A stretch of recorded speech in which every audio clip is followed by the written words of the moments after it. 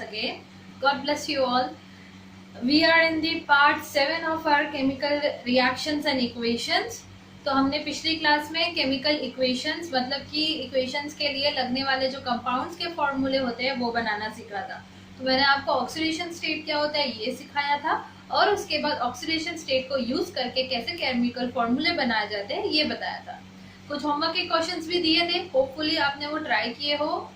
सबके आंसर्स तो मुझे अब तक नहीं मिले हैं, but still I am hoping कि सबने ट्राई किया हो और सबको आंसर्स लगभग आ गए हो. तो at the end of this class will see those questions as well.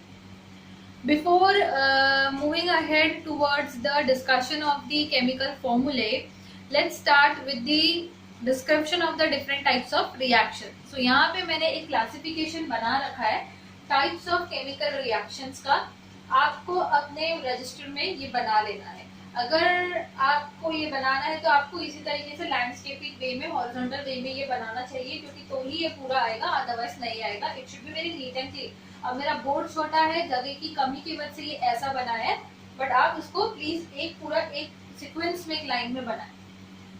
So basically we are having 1, 2, 3, 4, 5, 6 and 7 categories of reactions, different reactions. ठीक है. So the first category is upon the rate of reaction. Just give me a second. Let me bring my another pen. Okay. Yeah. So the first category is depending upon the speed of reaction, or else we can say rate of reaction. So rate of reaction के according I have slow reaction and fast reaction. Two different types of reaction. Next is depending upon the direction of the reaction. Means किस direction में proceed कर रहे हैं reaction, तो उसके according है reversible and irreversible reaction. Left to right जा रहा है या टू वे जा रहा है, बाय डायरेक्शनल, तो we have reversible and irreversible. Next is change in temperature. Change in temperature के अकॉर्डिंग हमारे पास एक्सोथर्मिक है, एंडोथर्मिक रिएक्शन है. Then according to combination reaction है हमारे पास. कॉम्बिनेशन रिएक्शन के 3 सब कैटेगरीज है, element plus element, element plus compound, और else compound plus compound. Next is decomposition reaction. There are again 3 different types of decomposition reaction depending upon the type of energy which is used for decomposing. Photo decomposition reaction, thermal decomposition reaction and electrolysis reaction. Next is displacement reaction. So displacement reaction are of 2 types again, single displacement reactions and double displacement reactions. And the last but not the least सबसे important है हमारे लिए redox reactions. So redox reactions actually individually अलग से कुछ नहीं होता, ये सारे types of reactions जो है ये कहीं ना कहीं redox reaction की category में fall होते हैं. So redox means combination of reduction and oxidation. Okay? Okay. So give heading. सबसे पहले तो आप heading कह दो कि rate of reaction के depending पे जो reactions है उसके हम टाइप्स को स्टडी कर लेते हैं. एग्जांपल शॉर्ट में ये जो 3 टाइप है ये ऑलरेडी डिस्कस है, तो इसके शॉर्ट में हम एग्जांपल देख लेते हैं. स्पीड ऑफ रिएक्शन पे सबसे पहला स्लो रिएक्शन. स्लो रिएक्शन का बेहतरीन एग्जांपल होगा rusting of iron. Right, rusting of iron मतलब क्या, लोहे का जंग लगना. तो लोहे को एक दिन में जंग लगता है क्या? Never. It takes lot of days. How it happens? Rust कैसे लगता है? लोहा प्लस मॉइस्चर प्लस आपका ऑक्सीजन गैस. राइट, एयर में से ऑक्सीजन आएगा, एयर में से ही मॉइस्चर H2O आएगा. ये तीनों का कॉम्बिनेशन होगा एक स्पेसिफाइड टेम्परेचर के अंदर में, तो ही जाके जो आयरन है वो जंग खाएगा, मतलब कि उस पे आयरन ऑक्साइड की लेयर बनेगी. ओके, सो आपको रस्ट का रिएक्शन तो बहुत अच्छे से मेरे ख्याल से सबको पता ही होगा. Fe plus H2O plus O2 जब होता है, राइट, तो क्या मिलता है आपको? Fe2O3 डॉट XH2O, है ना. तो ये 3/2O है और ये XH2O है. तो Fe plus XH2O plus 3/2O2 gives Fe2O3 dot XH2O. This is nothing but rust. Okay, this is nothing but rust. So rusting is an example of slow reaction. इस reaction में अब हम कोई catalyst add on नहीं कर सकते, ये जो होगा अपने आप होगा. मुझे लैब में इसको synthetically करना है तो definitely we can use catalyst. Okay. What will be the example of fast reaction? Neutralization reactions क्या होते हैं? Combination of acid and base to produce salt and water. So such kind of reactions are actually very fast reactions. Neutralization बहुत quickly होता है. कभी आपने सुना होगा अगर आपको चींटी काटती है तो तुरंत से उसको सोप से धो लेना है, ऑयल या फिर कोई और सब्सटेंस नहीं लगाना है. क्यों? क्योंकि चींटी क्या करती है, एक उसके स्टिंग में फॉर्मिक एसिड नाम का एसिड होता है, फॉर्मिक एसिड, ठीक है। वो आपको जैसे ही डंक मारती है तो आपके स्किन में फॉर्मिक एसिड एंटर करता है, तो स्किन में एंटर होने से एसिड के आपको जलन होती है। अगर आप उसको सोप से रब करके वॉश करोगे तो सोप हैज बेस, तो वो बेस से एसिड न्यूट्रलाइज होकर सॉल्ट प्लस वाटर में कन्वर्ट होगा, तो आपको जो एसिड की वजह से जलन हो रही थी वो खत्म हो जाएगी। यहाँ आपको पता चलता है कि वो एसिड इतना क्विकली उस सोप से रिएक्ट किया है कि हमें तुरंत से वो इरिटेशन जो है, इचिंग जो हो रहा था, वो गायब हो गया। सो आई कंक्लूड, या फिर हम इन जनरल कंक्लूड कर सकते हैं, neutralization reactions are the examples of fast reactions. ठीक है, आगे बढ़ते हैं। डायरेक्शन ऑफ रिएक्शन के according reversible and irreversible reactions. Reversible reactions को कैसे शो किया जाता है, we had discussed in our previous class, two way half arrow से, है ना, टू वे हाफ एरो से। ठीक है, तो रिवर्सिबल में क्या होता है, a plus B, two way half arrow give c plus d। ठीक है, इस तरीके से a plus B, two way half arrow c plus d। सही है, तो a और b क्या है, आपके रिएक्टेंट्स है, b और c और d क्या है, आपके प्रोडक्ट्स है। तो यहाँ पे रिएक्टेंट कंटिन्यूअसली रिएक्ट होकर प्रोडक्ट जब जब बनाते चलता है, वैसे वैसे प्रोडक्ट्स भी आपस में रिएक्ट करके वापस रिएक्टेंट बनाते हैं। तो ये कंटिन्यूअसली साइक्लिक रिएक्शन चलते रहता है। तो यहाँ पे कोई एक चीज कभी खत्म नहीं हो रही, जितना प्रोडक्ट क्रिएट हो रहा है उतना रिएक्टेंट कंज्यूम हो रहा है, और जो प्रोडक्ट बना है वही हमारा नया रिएक्टेंट भी है। तो क्या एक्चुअली रिएक्टेंट कभी गायब हुआ, जितना कम हुआ उतना ही इस तरफ लेफ्ट हैंड साइड से कम होकर राइट हैंड साइड उतना ही बन गया है। ठीक है, तो यहाँ पे कभी भी रिएक्टेंट कंप्लीटली वैनिश नहीं होता है एट अ पर्टिकुलर टाइम, ये आप नोट डाउन कर लीजिए। So reactants and products are in dynamic equilibrium in reversible reactions. Whereas अगर आप irreversible reaction की बात करें, जैसे कि रस्टिंग, ये एक irreversible reaction है। एक बार रस्ट लग गया तो आप उस जंक आयरन को वापस से अच्छा नहीं बना सकते हो, आपका आर्टिकल आयरन का खराब हो जाएगा, आपको उसको डंप ही करना पड़ेगा, राइट। या फिर उसकी जो फ्लेकी लेयर है रस्ट की वो निकालनी पड़ेगी, ताकि आप अंदर का आयरन अगर अच्छा है तो वो यूज कर सके।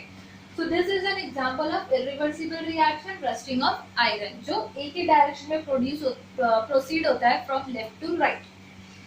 अब यहाँ पे क्या हो रहा है, एक बार आपके रिएक्टेंट जो है वो खत्म हो गए और आपका प्रोडक्ट बन गया, तो क्या यहाँ पे रिएक्टेंट फिर मिल पाएगा आपको, कभी भी नहीं।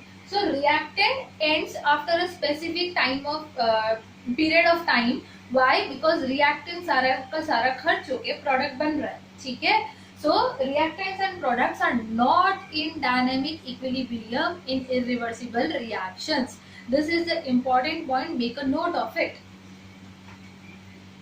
Let's move towards the type number 3, change in temperature. According to the change in temperature, we are having two different categories of reactions, exothermic and endothermic reaction. Exothermic क्या होता है, exo, exit, right? तो exo means जहाँ से heat exit हो रहा है, बाहर निकल रहा है। So the type of reaction in which heat is released after the completion of reaction. Heat is released along with the formation of products. This is known as exothermic reaction. Whereas the reaction in which heat is absorbed during the reaction is known as endothermic reaction.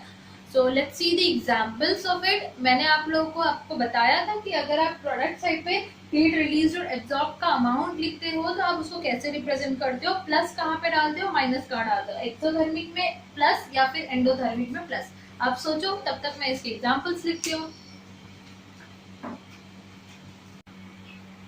So, यहाँ पे कुछ examples मैंने लिख रखे हुए हैं, तो आप अगर जैसे देख ही सकते हो तो आप जज कर सकते हो डेफिनेटली कि फर्स्ट रिएक्शन में हीट एब्जॉर्ब हो रहा है। Okay, so first reaction is example of endothermic kind of reaction, right, endothermic reaction. Why, because heat is entering the reaction. Where second reaction में यहाँ पे हीट तो दे रहे हैं हम, लेकिन जितनी हीट इस रिएक्शन में एब्जॉर्ब हुई मैग्नीशियम रिबन को बर्न करने के लिए ऑक्सीजन की प्रेजेंस में, उससे कई गुना ज्यादा हीट यहाँ पे रिलीज हुआ in the form of heat and light, energy release हुआ in the form of heat and light. Okay, so this is exothermic reaction. This is an example of exothermic reaction, 2 Mg plus O2. Another important thing you need to note down here is, मैंने यहाँ पे physical states लिखे हैं हर एक element के और compound के। तो अब से it's a very kind request, very genuine request to each one of you that whenever you're going to write down the symbol equations of any kind of reaction, you have to mention the physical states to make that symbolic representation complete. Okay, उसको satisfy करने के लिए हर तरीके से कि हमें सारी information मिल जाए, आपको physical states लिखना बहुत जरूरी है. Please keep it in mind. आप इसको highlight करके कहीं लिख लो. Another example is 2H2 plus O2. Gaseous form में दोनों gases combine हो रही है, ठीक है. 2H2O बन रहा है with the release of 572 kilojoule energy. Obviously gaseous से अगर combine होके कुछ form होता है और वो भी liquid form में जा रहा है, तो गैस टू लिक्विड आने के लिए एनर्जी रिलीज करना पड़ेगा, तब जाके लिक्विड बनेगा. सो 572 kilojoule is being released. Whereas जब 2H2 plus O2 combine होता है, 2H2O in gaseous form itself form करने के लिए H2O का C, तो 484 किलोजूल हीट रिलीज हो रहा है. ओके, सो 484 किलोजूल रिलीज हो रहा है, तो गैस बन रहा है. गैस को और ज्यादा ठंडा करेंगे, मतलब और हीट लॉस होगा, तब लिक्विड बनेगा. इसलिए यहाँ पे हीट लॉस ज्यादा है. आप फर्क समझ सकते हो, राइट? ओके, नेक्स्ट इंपॉर्टेंट चीज आपको, जैसे कि हमने कैरेक्टरिस्टिक्स ऑफ रिएक्शंस में सीखा था कि जब एनर्जी रिलीज होता है तो प्लस साइन से डिनोट करते हैं, जब एनर्जी एब्जॉर्ब होता है तो माइनस साइन से डिनोट करते हैं. दो रिएक्शंस लिखाई थी, Haber's process N2 plus H2 वाली और दूसरी N2 प्लस O2 वाली. दोनों में आपको साइन के साथ मैंने हीट एनर्जी मेंशन करवाई थी, ठीक है. So keep that point in your mind. You can add on that in this कि हीट रिलीज जो है वो प्लस साइन से डिनोट किया जाता है at the product side, whereas absorption of heat is denoted by minus sign at the product side. Next important point to be noted is neutralization reactions are always and forever exothermic reactions. Neutralization क्या होता है? Neutralization मतलब आपका acid plus base हो रहा है. For example, HCl है और NaOH. Fine. So HCl is acid, NaOH is base. अब ड्राई एसिड और ड्राई बेस रिएक्ट नहीं करेंगे, तो ये एक्वा स्टेट में होगा. पानी में घोल के रखी हुई है दोनों चीजें. ओके, अब मुझे यहाँ पे क्या मिलेगा? सॉल्ट मिलेगा NaCl नाम का, ठीक है. NaCl, C छोटा नहीं करना, L कैपिटल नहीं करना, प्रॉपर सिंबल मेंशन करें. किस स्टेट में होगा? उसी कंटेनर के अंदर मैंने लिक्विड एसिड डाला है, लिक्विड बेस डाला है, वहीं पे रिएक्शन में आफ्टर स्टीरिंग उसी में मुझे प्रोडक्ट्स मिले. तो जो आपका NaCl है वो डिसॉल्व स्टेट में उस सॉल्यूशन में तो एक्वस रहेगा, ठीक है. प्लस साथ में मुझे क्या मिलने वाला है यहाँ पे? H2O, राइट, प्लस H2O मिलेगा. So this is your neutralization reaction. पर इस न्यूट्रलाइजेशन रिएक्शन के होने के साथ साथ यहाँ पे एक और चीज होती है. क्या होता है? इस रिएक्शन में कुछ fix amount of heat release होता है. कितना रिलीज होता है? तो मैं आपको बता दूं, 57.1 किलो जूल केजे.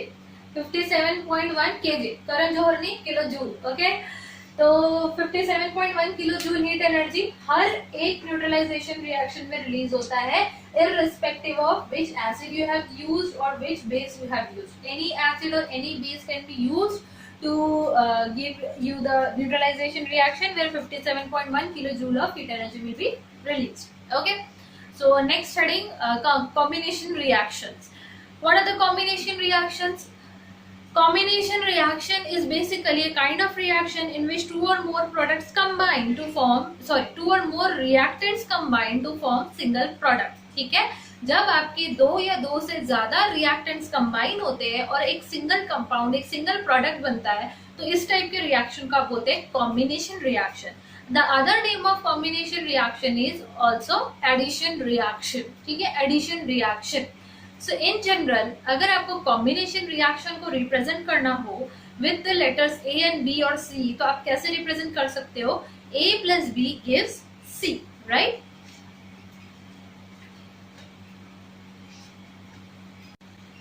सो यहाँ पे कॉम्बिनेशन रिएक्शन का मैंने जनरल स्टेटमेंट लिख दिया, A plus B gives C. Okay, so one thing which you need to keep in mind is that A और B का फिजिकल स्टेट क्या हो सकता है? या तो ये दोनों सॉलिड स्टेट में हो सकते हैं क्या? कभी भी नहीं. एक सॉलिड दूसरे सॉलिड से कैसे रिएक्ट करेगा, कैसे कंबाइन करेगा? Never, right? तो अगर एक सॉलिड स्टेट में है तो दूसरा हो सकता है कि गैसियस स्टेट में हो, तो आपका प्रोडक्ट हमेशा सॉलिड ही बनेगा मेजॉरिटीली. जैसे कि एग्जांपल यहाँ पे है मैग्नीशियम प्लस ऑक्सीजन, ये सॉलिड है, ये गैसियस है, आपको मिल रहा है solid. Okay, this can be the case. Second आपका सॉलिड प्लस लिक्विड अगर होता है, ओके, सेकंड आप केसेस लिखते चलो अगर आपको लिखना है तो, सो दैट आपको फिजिकल स्टेट्स याद रहेंगे, ठीक है। सॉलिड प्लस गैस अगर कोई चीज होगी तो आपको सॉलिड मिलेगा, सॉलिड प्लस लिक्विड होगा तो ऑब्वियसली एक्वस सॉल्यूशन मिलेगा, है ना। नेक्स्ट क्या होने वाला है, मैंने पानी डाल दिया, सपोज कैल्शियम ऑक्साइड था मेरे पास, ठीक है। For example if I have calcium oxide plus H2O, अब कैल्शियम ऑक्साइड क्या है मेरा, सॉलिड है, H2O क्या है, लिक्विड है, तो आपको क्या मिलने वाला है, CaOH ट्वाइस का सॉल्यूशन मिलेगा, तो Hu, ठीक है। This is an example of compound plus compound, एक कंपाउंड दूसरे कंपाउंड से कंबाइन होकर तीसरा कंपाउंड बना रहा है। नेक्स्ट आपके पास क्या हो सकता है, गैस प्लस गैस हो सकता है to form again gas, okay. इसको ठंडा करोगे तो ही आपको लिक्विड मिलेगा, अदरवाइज आपको गैस ही मिलेगा। इन जनरल हमारे चैप्टर में हम ये 3 केसेस से ही डील करने वाले हैं, that's it. Liquid plus liquid, obviously आपको लिक्विड ही मिलने वाला है। इस चीज की गारंटी नहीं दे सकते कि यहाँ रिएक्शन होने वाला है या फिर चीजें सिर्फ कंबाइन होने वाली है, ओके। तो आप ये 3 केसेस को तो ध्यान में रखो, कभी सॉलिड प्लस सॉलिड मत लिख देना फिजिकल स्टेट्स में, clear. Okay, so first category की तरफ चलते हैं हम लोग। हमारी कैटेगरी नंबर 1 क्या थी, कॉम्बिनेशन रिएक्शन की हमारी, एलिमेंट प्लस एलिमेंट। सो जब एक एलिमेंट दूसरे एलिमेंट से कंबाइन होता है to form a single product, तो हम उसको एक कॉम्बिनेशन रिएक्शन तो बोलते ही है, पर साथ में इसको बोलते हैं सिंथेसिस रिएक्शन। क्या बोलते हैं, सिंथेसिस रिएक्शन। क्यों सिंथेसिस रिएक्शन, क्योंकि यहाँ पे कोई एक सिंगल प्रोडक्ट आप सिंथेसाइज कर रहे हो, सिंथेसाइज मतलब डेवलप करना, ऑब्टेन करना। So on addition of 2 individual elements we are synthesizing a single product, and such kind of combination reaction is more precisely known as synthesis reaction. So here are few examples of synthesis reaction. H2 plus Cl2. H2 का physical state क्या होगा, hydrogen gas है तो gas रहेगा। Cl2 का physical state क्या होगा, gas है तो गैस रहेगा, ठीक है। क्लोरीन गैसियस फॉर्म में होता है। HCl प्रोडक्ट क्या बनेगा, मैंने यहाँ बताया था गैस प्लस गैस गैस बनेगा। प्लीज HCl का आप लिक्विड मत लिख के आ जाना। HCl basically is a gas which is dissolved in water to form liquid. Okay, so gas. Next क्या है, magnesium ribbon plus oxygen gives you magnesium oxide नाम का व्हाइट सॉलिड। इसी के बाद हेवर्ट्स प्रोसेस का एग्जांपल जो था N2 twice sorry 3N2 plus N2 plus 3H2 gives twice 3NH2। क्या हो रहा है, लिख के देख लेते हैं। Okay, let's not go orally. N2 plus 3H2 gives twice NH3. Okay, so gaseous, gaseous and gaseous, right? So this is also an example of synthesis reaction. Clear? तो इस तरीके से आपके synthesis reaction के कुछ examples थे। Okay, so how these reactions are carried out? Basically, these reactions are carried out with the help of a certain kind of energy itself, right? Application of heat कर सकते हो, application of electricity कर सकते हो। जैसे कि यहाँ पे इस रिएक्शन में हमें बहुत सारे कैटलिस्ट लगते हैं, Fe और मोलिब्डेनम नाम के, आयरन या मोलिब्डेनम नाम के। इस रिएक्शन में हमको हीट देना पड़ता है, इस रिएक्शन में हम कुछ नहीं करते। ओके, तो these reactions are definitely carried out with the help of application of some kind of heat. Okay, so that is a very basic thing. तो ये बेसिकली हम लोग कहीं ना कहीं हीट एनर्जी चेंजेस की कैटेगरी में इनको क्लासिफाई कर सकते हैं कैरेक्टरिस्टिक्स में, बट बाकी इन डिटेल अगर देखें तो कॉम्बिनेशन रिएक्शंस है। So let's stop here for the day. Combination reaction के हम दूसरे 2 टाइप्स बाद में देखते हैं। वो होमवर्क का एक क्वेश्चन हम डिस्कस कर लेते हैं जो थोड़ा सा इम्पोर्टेंट था, जिसमें सबको डाउट्स आए थे। मैंने आपको होमवर्क में ऑक्सीडेशन स्टेट ऑफ कार्बन ढूंढने के लिए 3-4 क्वेश्चन दिए थे, राइट? तो 3-4 क्वेश्चन में एक पहला तो क्वेश्चन था बेसिकली कार्बन के बिना वाला बेरिलियम क्लोराइड का, Be2Cl5। इसमें आपको ऑक्सीडेशन स्टेट बेरिलियम का ढूंढना था। ओके, फिर 6th और 7th क्वेश्चन में अंडरलाइन नहीं किया था, वहां पे कार्बन का भी ढूंढना था, ठीक है, डू नॉट गेट कंफ्यूज। तो क्या होगा, 2 into x plus 5 into chlorine is -1 equal to total charge 0। So 2x equals to plus 5 होगा इधर जाके, x equals to 5/2, right? Which is equal to 2.5 even। हम ऐसा भी लिख सकते हैं। Okay, this is the answer.